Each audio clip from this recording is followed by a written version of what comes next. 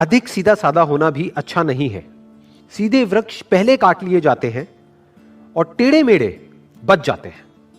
यहां पे जो सीधा साधा होने की बात करी जा रही है ना, उसका कनेक्शन ईमानदारी या बेईमानी से नहीं है, उसका कनेक्शन समझदारी और बेवकूफी से है। मतलब वो ये नहीं कह रहे कि आप सीधे साधे मत बनो, मतलब कि आप बेईमान हो जाओ, या फिर अगर कोई सामने वाला चोर है तो उसके साथ में चोर बन जाओ। ये नहीं कहा जा रहा है यहां पर यह कहा जा रहा है कि अगर कोई क्रिमिनल है और आपको हार्म करने के लिए आ रहा है तो इतने बेवकूफ मत बनो कि वो जो चाहे आकर के आसानी से आपके साथ में करके चला जाए। तो सीधा साधा किस कॉन्टेक्स्ट में कहा जा रहा है? सीधा साधा कहा जा रहा है समझदार और बेवकूफ के कॉन्टेक्स्ट में। अब कौन है समझदार और कौन है बेवकूफ?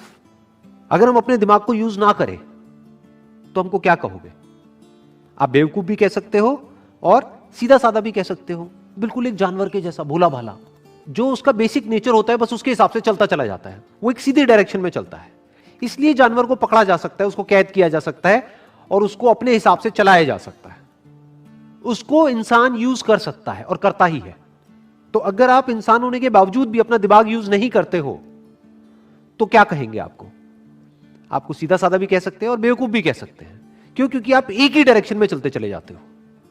जो भी आपका बेसिक नेचर है बस उसके हिसाब से चलते ही चले जाओगे। ये नहीं देखोगे कि सिचुएशन क्या है, ये नहीं देखोगे कि सामने वाला क्या है। इनफैक्ट आचार्य चाणक्य का ही एक और कोटेशन है जो इस बात से बिल्कुल परफेक्टली लिंक होता है। वो क्या कहते हैं? जो तुम्हारी बात सुनते हुए इधर उधर देखे उस पर कभी विश्वास मत करो। कितनी पावरफुल बात करी जा रही है।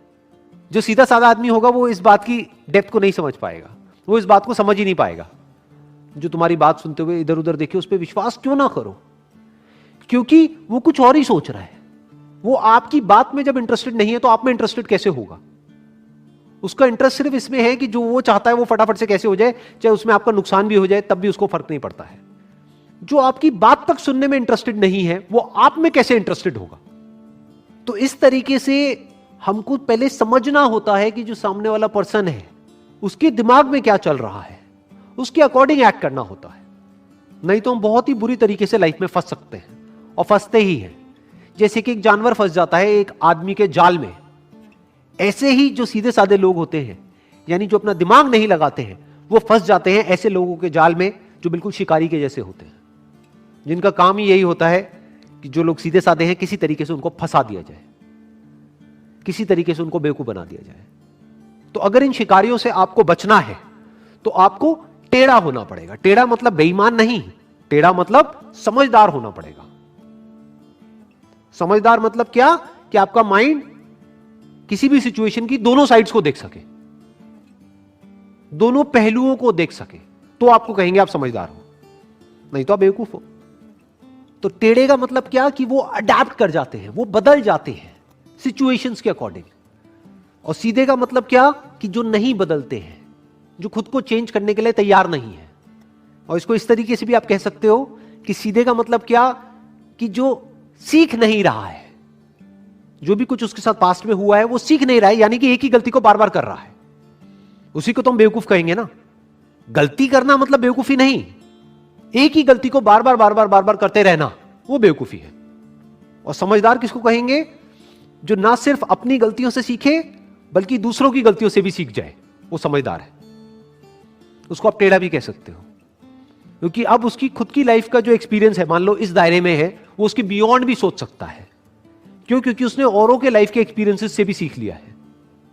ये बात बड़ी इंटरेस्टिंग है अगर आप लोग मेरे साथ साथ में देख पा रहे हो तो। बिकॉज क्या होता है, देखो, दो तरह के रिएक्शंस होते हैं जो लोगों से हमको मिलते हैं। एक होता है जो सब एक्सपेक्ट कर रहे हैं वही आपने बोल दिया, तो उसमें इतना मजा नहीं आता है।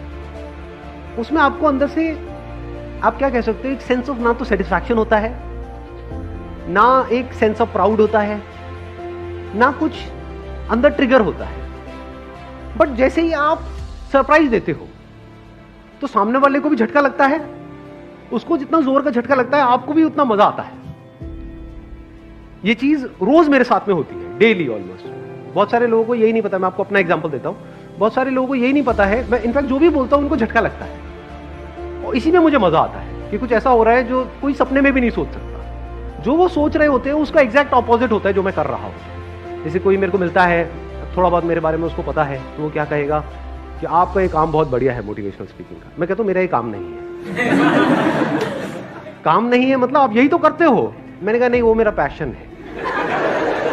तो ये जो आप कर रहे हो इसके पैसे कहां से आते हैं? ये मैं खुद फंड करता हूं। आप खुद पैसे लगा करके ये कर रहे हो तो उसमें आपको क्या फायदा हो रहा है? मुझे कोई फायदा नहीं हो रहा। मतलब हर लाइन में एक झटका है। तो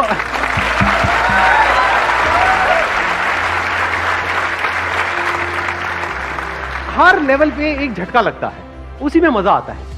लेकिन ये सब उनके लिए झटका है, मेरे लिए नहीं है, क्योंकि मेरे फंडे क्लियर है, मेरा अपना पर्पस क्लियर है कि मैं क्या कर रहा हूं, क्यों कर रहा हूं, वो करके एग्जैक्टली क्या होने वाला है, आने वाले 10 साल बाद क्या होने वाला है, 50 साल बाद क्या होने वाला है, 1000 साल बाद क्या होने वाला है, मैं वहां तक देख रहा हूं। तो मेरे फंडे बिल्कुल क्लियर है, आंसर्स बिल्कुल क्लियर है। कोई भी आएगा, बहुत लोग अप्रोच करते हैं, बहुत तरह तरह के, पता नहीं कहां कहां से, कि आप बोलो ना कितने पैसे लोगे। मैंने कहा तू भाई सब कुछ दे दे तब भी नहीं आऊंगा। समझे? तो मजा आता है खेल में, नहीं तो बंदा फिसल जाता है। जैसे फॉर एग्जाम्पल यहां पर आई एम श्योर कि जैसे आप लोगों से मैं पूछूंगा कि हाँ भाई ये करना चाहते हो, आप कहोगे कि नहीं मैं ये काम तो बिल्कुल भी नहीं करना चाहता। अच्छा ठीक है, 20,000 रुपये महीने का मिलेगा। नहीं मैं नहीं करना चाहता। 50,000 रुपये महीने का मिलेगा। एक मिनट सोचना पड़ेगा। लाख रुपए महीने का मिलेगा। सर करो ना, बताओ ना क्या है कि नहीं? तो वहां पर कुछ भी इंटरेस्टिंग नहीं है, बड़ा बोरिंग सा है, क्योंकि यही दुनिया एक्सपेक्ट करती है कि सबका अपना एक रेट कार्ड है, चाहे वो कितना भी बड़ा सेलिब्रिटी क्यों ना हो, पैसे दो और कुछ भी बुलवा लो। सब बिकने के लिए तैयार बैठे हैं, कचरा भी बेचने के लिए बिक रहे हैं। मैं नाम नहीं लूंगा किसी का भी, जानते हो ना ऐसे सो कॉल्ड सेलिब्रिटीज को।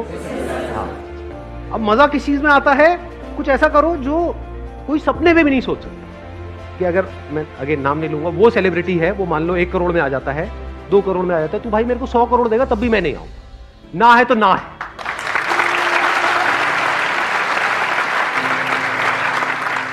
मजा इसमें है कि आप कुछ ऐसा करो जो थोड़ा सा, अगर बहुत ज्यादा नहीं भी, थोड़ा सा दुनिया से कुछ अलग हो, या जो आपसे एक्सपेक्ट किया जा रहा है उससे थोड़ा सा अलग हो। फॉर एग्जाम्पल आपका फैमिली बैकग्राउंड बहुत ही कंजर्वेटिव है, तो वहां पे सब आपसे एक्सपेक्ट कर रहे हैं कि आपकी इस एज के बाद में आपकी शादी हो जाएगी, उसके बाद में बच्चे हो जाएंगे, ये हो जाएगा, वो हो जाएगा। इंडिया में यही चलता है। मैं ठीक कह रहा हूं, गलत कह रहा हूं? इसके बावजूद भी अगर आप कुछ कर जाओ तो कुछ मजा आएगा, नहीं आएगा?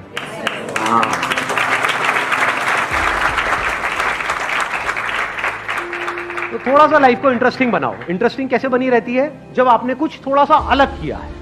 और अलग क्या होता है, ध्यान से समझना, ध्यान से समझ लेना। अब मैं इसको समअप कर रहा हूं, जो भी मैंने अभी तक कहा है उसको समअप कर रहा हूं। अलग की डेफिनेशन क्या है?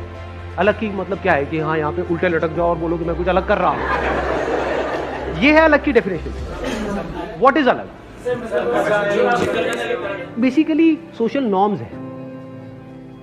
ये सोसाइटी कुछ नॉर्म्स बना देती है कि आपका बैकग्राउंड ये है तो आपको यही करना है। अलग की डेफिनेशन क्या है? जो इस नॉर्म से थोड़ा सा हट करके,